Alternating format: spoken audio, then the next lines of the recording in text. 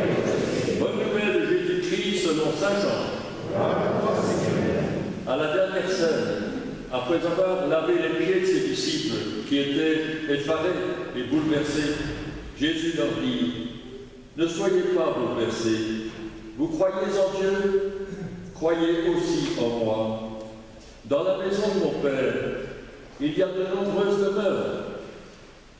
Quand je serai parti, je vais vous préparer une place, et je reviendrai, et je vous emmènerai près de moi, afin que là où je suis, vous soyez vous aussi toujours. Et pour y aller, vous savez le chemin. Thomas questionne: Seigneur, nous ne savons pas où tu vas. Comment pourrions-nous savoir le chemin? Et Jésus lui dit: je suis le chemin, la vérité et la vie. Personne ne va au Père sans passer par moi. Si vous me connaissez, vous connaîtrez mon Père. Et dès maintenant, en moi, vous l'avez vu. Acclamons la parole de Dieu.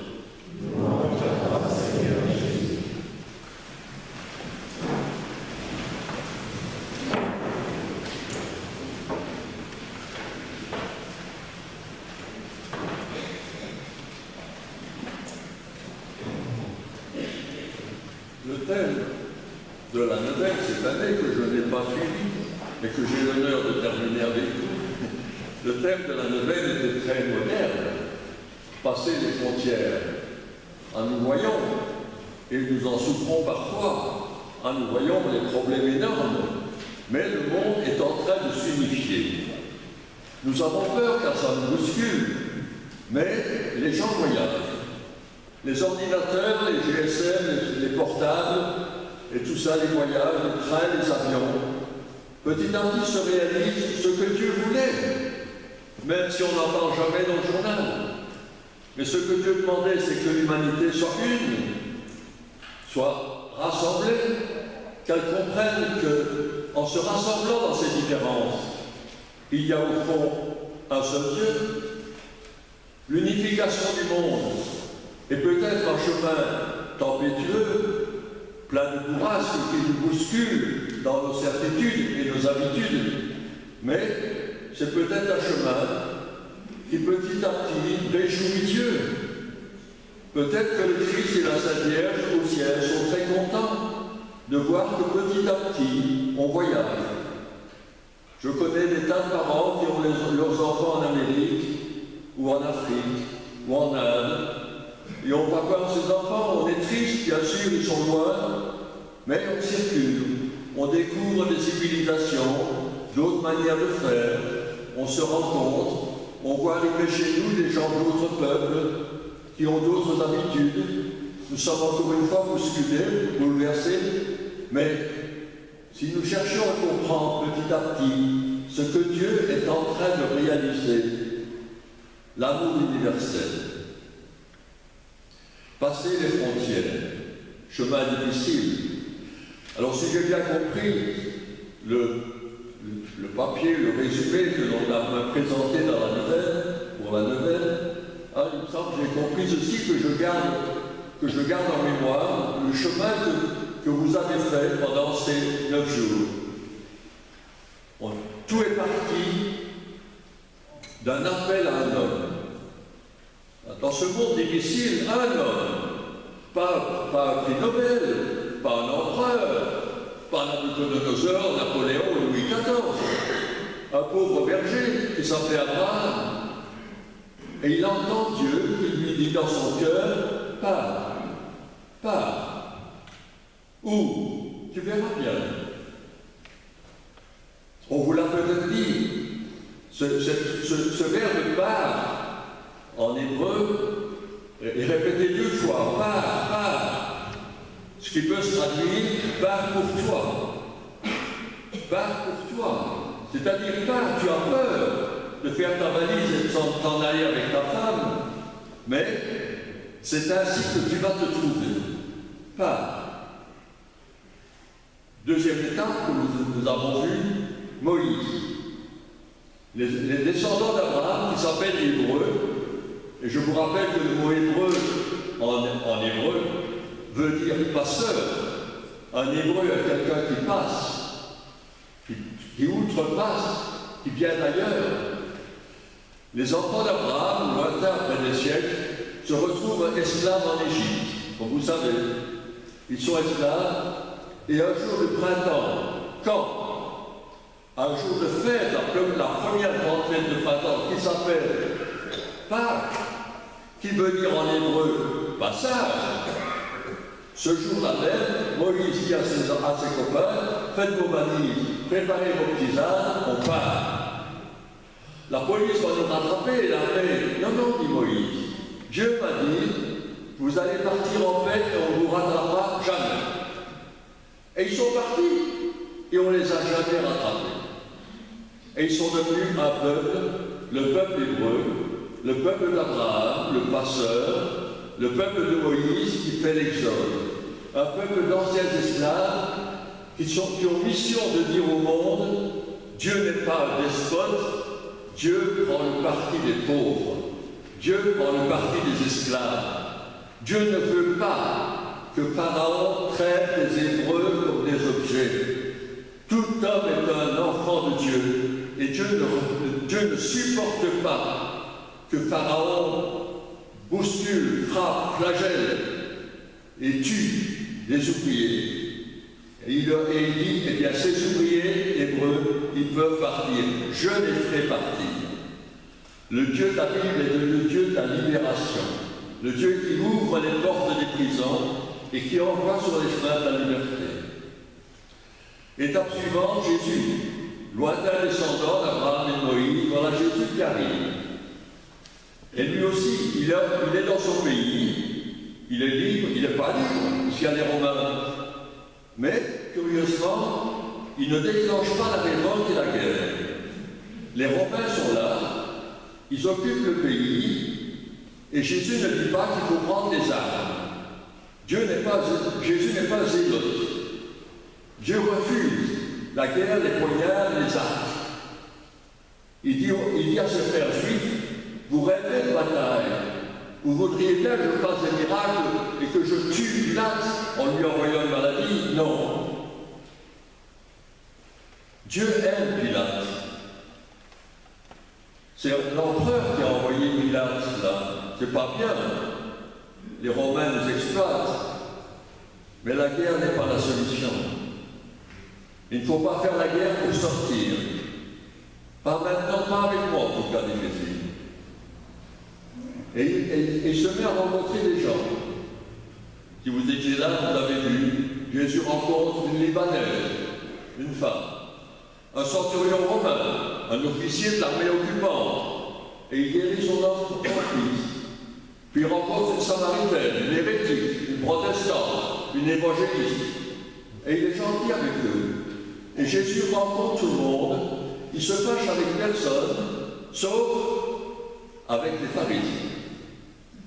Il ne se fâche pas avec les Romains qui occupent sa terre, il se fâche avec des gens qui se prennent pour les plus pieux, les plus droits, les plus honnêtes, les plus acharnés de l'honneur de Dieu, qu'on appelle les pharisiens.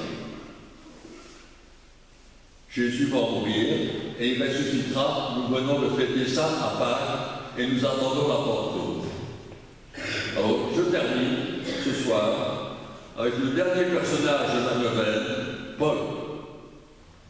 Paul, qui est justement un pharisien. Paul, c'est justement il n'a pas rencontré Jésus, on ne croit pas, il dit « je n'ai jamais connu Jésus », mais ses collègues et ses prédécesseurs pharisiens lui en ont parlé. Jésus est un homme dangereux, et on a bien fait de le supprimer. Pourquoi? Bien parce qu'il remettait en question certaines choses, des choses graves. Jésus reprenait à son aise de rencontrer des étrangers, d'être gentil avec tout le monde. Il ne semblait pas être très observant. Et on a sans doute bien fait de le condamner. Caïphe, le grand prêtre, avait réfléchi et il a décidé qu'il fallait supprimer cet homme. Et Paul était d'accord. Paul approuve. Il dit c'est vrai.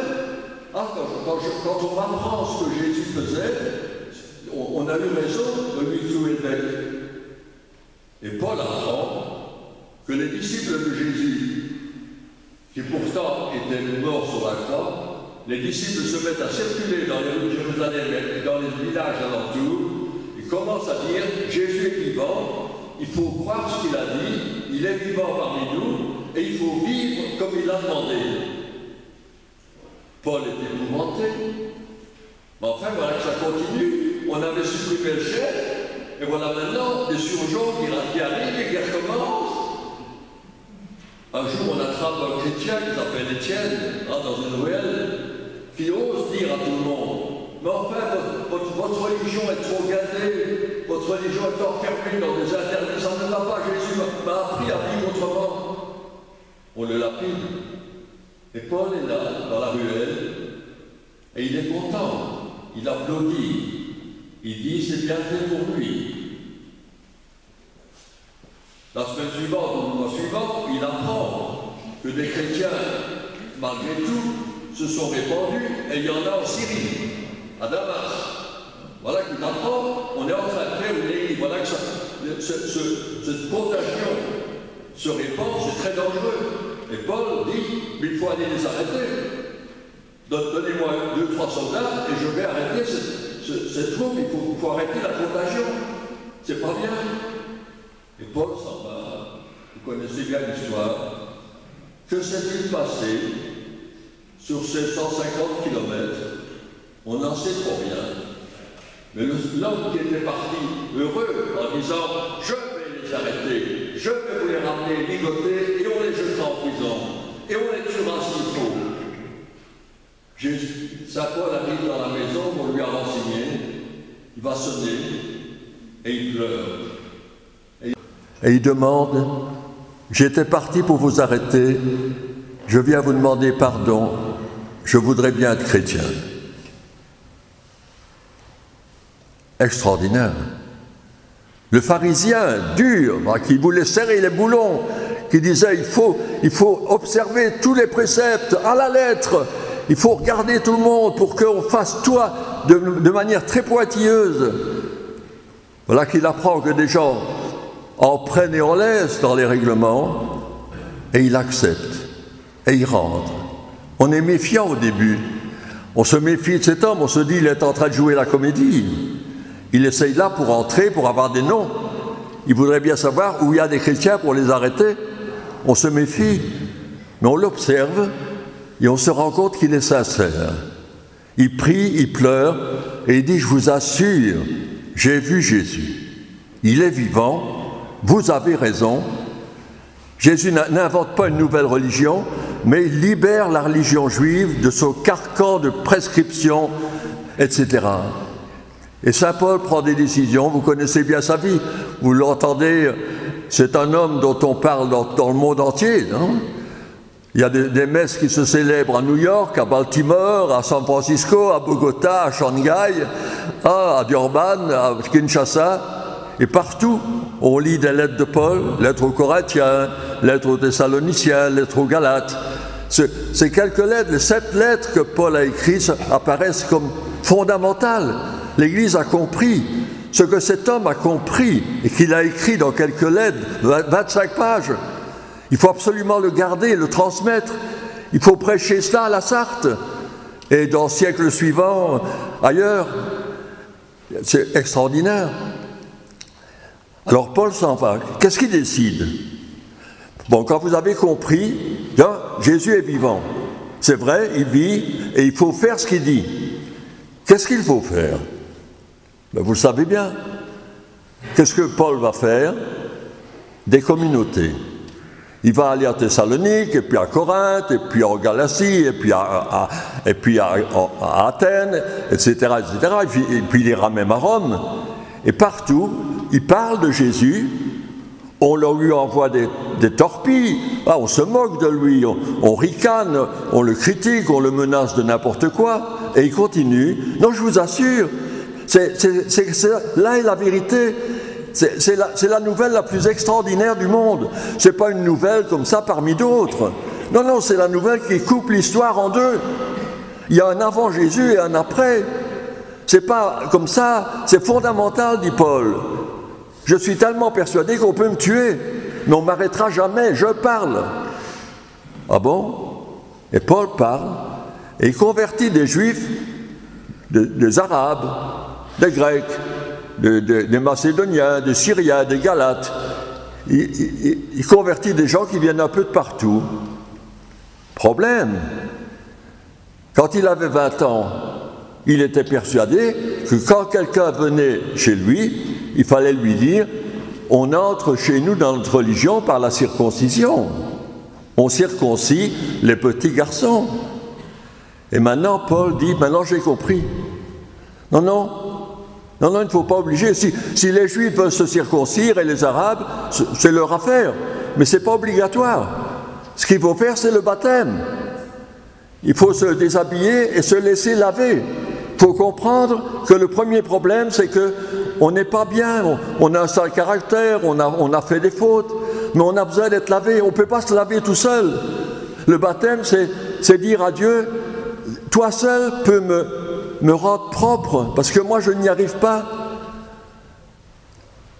Deuxième chose, à quoi Saint Paul était accroché, le Shabbat, le sabbat. Saint Paul observait le sabbat à la lettre. Non? Le sabbat, quand on allumait la première bougie du sabbat pendant 24 heures, Saint Paul n'allumait rien, ne travaillait pas. Il marchait un petit peu, il parlait, etc., mais aucun travail. Maintenant, il a compris et il dit aux gens, c'est pas le sabbat qui est intéressant, c'est le lendemain, dimanche. Le sabbat, c'est pour les Juifs, c'est le samedi. Mais Jésus est allé plus loin que le sabbat. La résurrection, c'est prolonger le sabbat. Le problème, c'est pas d'arrêter de travailler. Le problème est de se rassembler le dimanche et de célébrer l'Eucharistie et de dire on est ensemble et on chante et on est heureux. Dieu n'est pas content parce que je ne travaille pas. Dieu est pour le travail, Dieu est contre le chômage. Ce que Dieu veut, c'est ce que nous faisons ce soir. Asseyez-vous les uns à côté des autres et dites-vous, on est quand même content d'avoir la foi. C'est extraordinaire. Et troisième chose auquel Saint Paul tenait, vous connaissez le mot hébreu, kasher, manger kasher. Hein? Vous ne ferez jamais manger. Bon, pour vous faire une confidence, je viens de manger une rondelle de boudin que la chorale m'a offert gentiment sans me faire payer. Mais c'est bien, on a mangé du boudin sans problème. Un rabbin et Saint Paul, mais ils n'auraient jamais touché un morceau de boudin, comme vous savez. Le jambon d'Ardenne, pour eux, c'est épouvantable, quoi, de même les Arabes. Et Saint Paul dit, est-ce que vous croyez vraiment que le bon Dieu s'occupe de ce que je mets dans mon assiette? Est-ce que Dieu est en train de me dire, tu dois manger du chocolat, tu ne dois pas manger du chocolat, tu ne peux pas prendre d'apéritif, tu ne dois pas manger du gâteau? Est-ce que le problème de la religion se joue dans l'assiette, dit Paul? Qu'est-ce qui est important dans l'assiette? Ben, c'est que papa, maman et les enfants se rassemblent, ils boivent un verre sans le renverser, et ils chantent ensemble, et ils sont contents, et ils sont heureux, et ils rigolent, et ils se parlent de leur vie, et ils font des confidences, et ils sont contents. Santé, hein? La messe, être cachère, c'est-à-dire être pur, c'est pas une question de manger. Saint Paul dit mangez ce que vous voulez, qu'il dit aux Romains. S'il y en a qui veulent manger cachère, qui ne veulent pas manger du jambon d'Ardenne, c'est leur affaire, dit-il. Moi, ça m'est bien égal. Suivez le régime que vous voulez, mais ne vous battez pas pour le régime. Quelqu'un qui jeûne n'est pas supérieur à quelqu'un qui ne jeûne pas. Quelqu'un qui mange, qui ne veut pas manger du cochon parce qu'il croit que c'est ça que Dieu demande, n'est pas supérieur à celui qui en mange.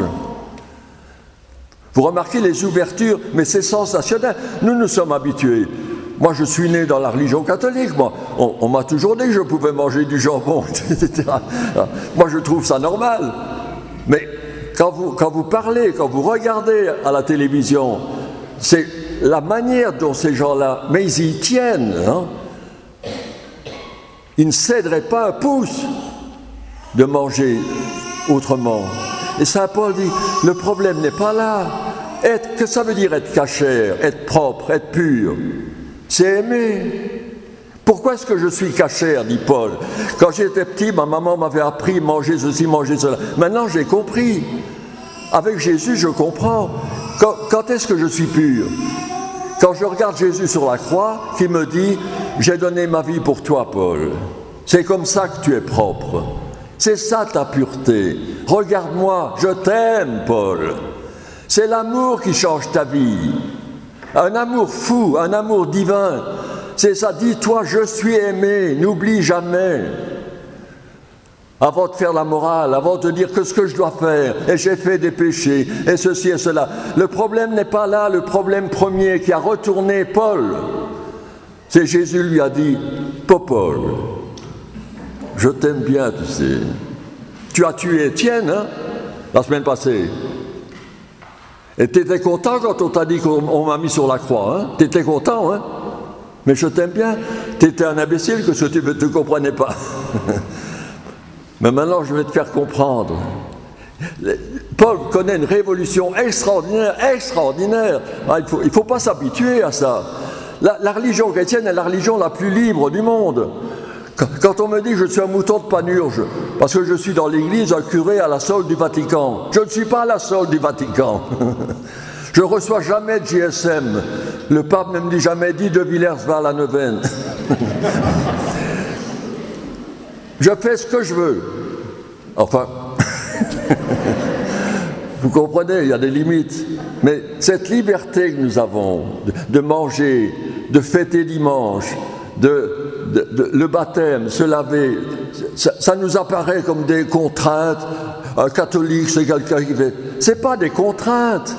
Se laver, manger ensemble l'Eucharistie. Mais tout le monde rêve de ça.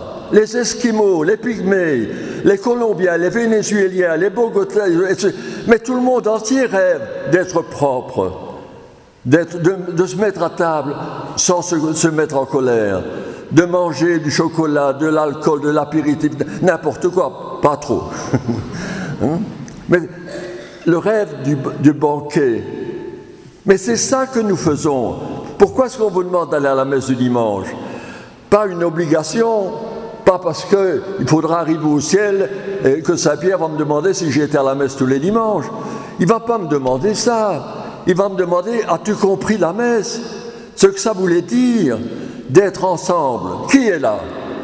Un châtelain, un notaire, un ouvrier, un docker, un nettoyeur de rue, une caissière de chez Deleuze, le patron d'une grande entreprise, un prix Nobel, quelqu'un qui n'a jamais été à l'école, un enfant, une grand-mère, tous ensemble, je vais vous mettre ensemble dans un local et vous allez chanter ensemble le même Dieu.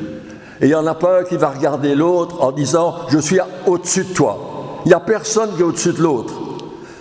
François n'est pas au-dessus de moi, parce qu'il est pape. On est ensemble frères, sœurs, et on mange, et on chante, et on rit. Et c'est ça. Le pape François répète si souvent, il y a trop de chrétiens qui ont des airs de carême. On se figure, parce qu'on va à la messe, hein, qu'on doit prendre un air comme si on avait perdu sa quinzaine. La joie, la révolution de Paul. Il faut imaginer, allez lire ces lettres. Ça lui a pris 12 ans. Il le raconte, n'est-ce pas, dans sa lettre. Il a tellement été... Pour lui, c'était la destruction de sa vie, lui. Hein, parce qu'il aurait donné sa vie avant pour ses préceptes. Et maintenant, Jésus, sans colère, gentiment... En lui parlant doucement, lui a dit « Écoute Paul, je vais t'apprendre, regarde. » Et il a compris.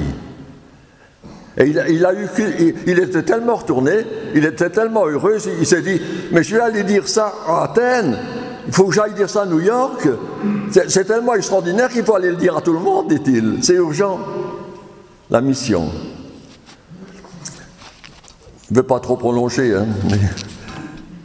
Ce n'était pas prévu dans la neuvaine, mais j'ajouterai à tous les personnages que j'ai vus, j'ajouterai un dernier personnage que j'aime beaucoup, et vous aussi, je suppose, notre brave Pape François. J'espère que vous lisez, vous avez des ordinateurs, hein? Bon, il ne faut pas seulement regarder des séries et des annonces et voir si Lidl fait des réductions. Il ne faut pas seulement regarder ça, quoi. Hein? Prenez le site, vous prenez Vatican, Pape François, et vous cherchez, vous allez avoir une flopée. Ouais, il parle tout le temps, le pape. Je me demande d'ailleurs comment il fait. Mais il parle tout le temps. Il dit des choses, mais c'est magnifique. Hein, le grand journal américain l'a nommé numéro 1 mondial. Hein. C'est pas pour rien. Et même M. Trump se déplace pour venir le voir. Je ne sais pas s'il va se confesser. Hein. Mais tout le monde vient voir. Il n'y a personne qui fait ça. Le pape François est en train de battre tous les records. Non? Il double les audiences du mercredi à Rome. Hein? Les curés de Rome se disent, c'est curieux. Il y a des gens qui reviennent à la messe. Les églises de Rome recommencent à revoir des gens qui ne venaient plus depuis des années. On se dit, tiens, ils ont entendu vaguement et ils ont vu le pape. Sans être trop long. Vous vous rappelez? Allez, le début, quand il est arrivé. Oui, vous vous rappelez cette scène à la télévision? On ne savait pas. Hein, on se demandait qui allait être élu pape. Hein, fameux conclave du mois de mars 2013. On ne savait pas. Il n'y avait pas de... Et tout à coup, la fumée est blanche. Et puis, tout le monde était là, on attendait. La fenêtre qui s'ouvre. Il y a un brave vieux cardinal qui dit « Habemus papam !» Tout content, hein? Comme si on annonçait les soldes. Et voilà un bonhomme qui sort, qui vient là, que personne ne connaît. On dit son nom, Bergoglio. Chez nous, tout le monde s'est demandé, s'est regardé en disant « C'est qui ce bonhomme ?» Puis on apprend que c'est un Argentin, le cardinal de Buenos Aires. Vous vous rappelez ça? Cette entrée, ce qu'il a fait en 10 minutes, un homme arrive qu'on ne connaît pas. Ses frères dans la salle ont voté et après je ne sais combien de tours, on lui a dit c'est toi le pape. Bon, il faut bien encaisser. Il n'a pas demandé, il est nommé pape. Au Vatican, avec la curie, autour de lui 200 cardinaux et monsignore avec des mitres et des bagues en or et des grandes choses et des trucs, n'est-ce pas? Et toutes les ordonnances et les règlements et tout ça. Il connaît bien parce qu'il vient de temps en temps dire bonjour à Ratzinger avant. Il connaît. Le voilà tout à coup pris dans le système, on le met au centre. Pape. Qu'est-ce qu'il fait? D'abord, il y a le sacristain qui lui a apporté ce qu'on appelle la mosette, pas la gosette, la mosette. La mosette, c'est le camail en pourpre, non? Brodé d'hermine. Je ne sais pas combien c'est chez Aldi, mais enfin, un prix fou. Hein? Puis on lui apporte une grande croix en or, avec des pierres précieuses. Il dit, mettez ça dans le tiroir. Et il sort sans son camail, comme ça, en habit blanc, avec sa petite croix ordinaire. Et si on n'avait pas vu, si on avait pu le voir au balcon, il avait ses vieilles godasses noires qu'il avait achetées chez Choupost. Et il se présente et il rit. Et il dit « Buonasera !»« Buonasera !» Il n'y a personne qui avait dit ça aux gens. Hein? Aucun pape. Et il dit aux gens, et voilà, j'ai choisi mon nom, je m'appellerai François, Francisco. Ah! Et les gens sont bouleversés. Ils ne connaissent pas ce bonhomme, qui est là dans la nuit au balcon, et les gens sont bouleversés. Et il dit, j'ai pris le nom de François. Et alors il dit, quand vous êtes fatigué, il faudra aller dormir, on ne va pas rester longtemps, dit-il. Alors, je sais bien que je dois vous donner la grande bénédiction, mais d'abord je vous demande une faveur, vous allez prier pour moi. Et il se penche sur le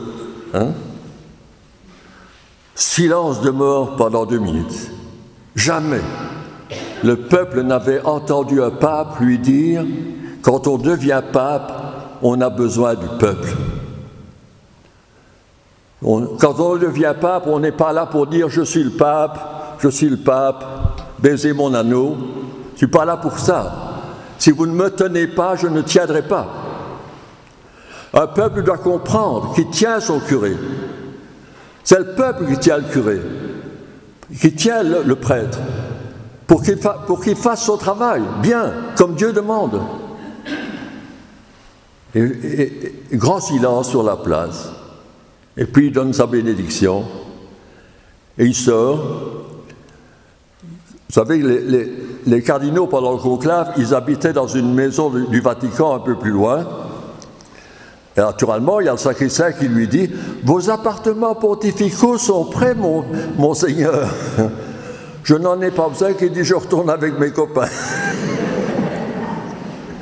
Il remonte dans le bus et il va loger dans la chambre qu'il avait la veille, avec les autres. Le lendemain, il se lève avec sa petite valise. Vous avez vu sa petite valise? Et il se présente à la caisse, à la réception de l'hôtel. Je viens payer ma note. C'est magnifique, ça. C'est magnifique. Demandez aux hommes politiques. Vous avez des copains, j'ai publié fin. Demandez s'ils osent faire ça. C'est extraordinaire. Alors moi, je voudrais qu'on raconte ça dans toutes les paroisses. C'est extraordinaire. Je viens payer ma note. Il y a la caissière qui a manqué de faire un infarctus. Mais elle a dit, vous êtes pape? Et elle lui répond froidement, justement, je dois donner l'exemple. Je paye ma note. C'est pas parce que je suis pape que je suis invité gratuit. Le soir, je vous raconte tout l'horaire que j'ai appris. Hein.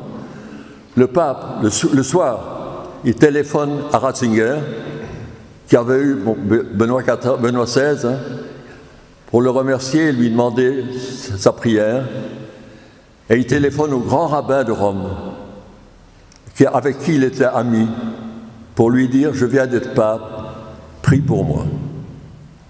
Le lendemain, il prend sa petite voiture, avec un autre naturellement, et il va où? À la clinique. Car dans le conclave, il y a un cardinal qui venait de faire un infarctus. Tout de suite, il est allé. Vous connaissez mieux la suite. 3 mois suivants, c'est le drame des réfugiés qui viennent d'Afrique. Et il y a déjà, je ne sais combien, 20 000 morts dans la Méditerranée. François est bouleversé et il dit à tous ces monseigneurs autour de lui, il leur dit, la semaine prochaine, on va à Lampedusa. Improvisé, ça a été totale improvisation, sans gendarmes, sans police.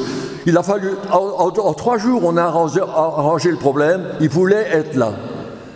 Et il est allé jeter, il a célébré la messe sur un autel qui était fait avec une barque qui avait coulé, hein, et il a été jeté une gerbe dans l'eau. J'arrête, hein, parce que le temps passe, mais il n'en finit pas. Hein, il faut lire. Ces encycliques sont un peu longues. Hein, il a fait 2 grands textes, la joie de l'Évangile, et sur l'écologie, Laudato Si, hein, sur la préservation de la planète. Hein, il parle tout le temps, il dit, mais changeons le monde. Cessons d'adorer l'argent. Cessons de nous laisser prendre par une économie comme ça qui ne court qu'aux bénéfices, alors que tant de gens sont malheureux. Essayons de faire un autre monde qui dit, il y a moyen. Comment il y a moyen? Alors, quand il me dit ça, moi j'ai envie de lui répondre, écoutez, moi, vous êtes pas, moi je suis un petit dominicain, qu'est-ce que vous voulez que je fasse, moi, pour la paix du monde, le tiers-monde, les gens affamés? Et j'ai l'impression que François me répond, fais comme moi. Moi, je ne change pas le monde, moi. Mais j'ai compris, je suis pape.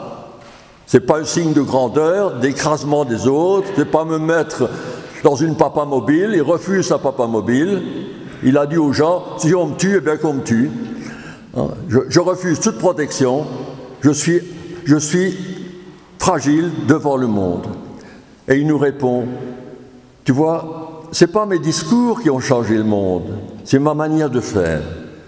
Je vis comme ça, parce que c'est mon caractère. J'aime bien les gens, je leur parle, je souris, je leur donne la main. Quand je vois un petit enfant paralysé, ben je vais l'embrasser.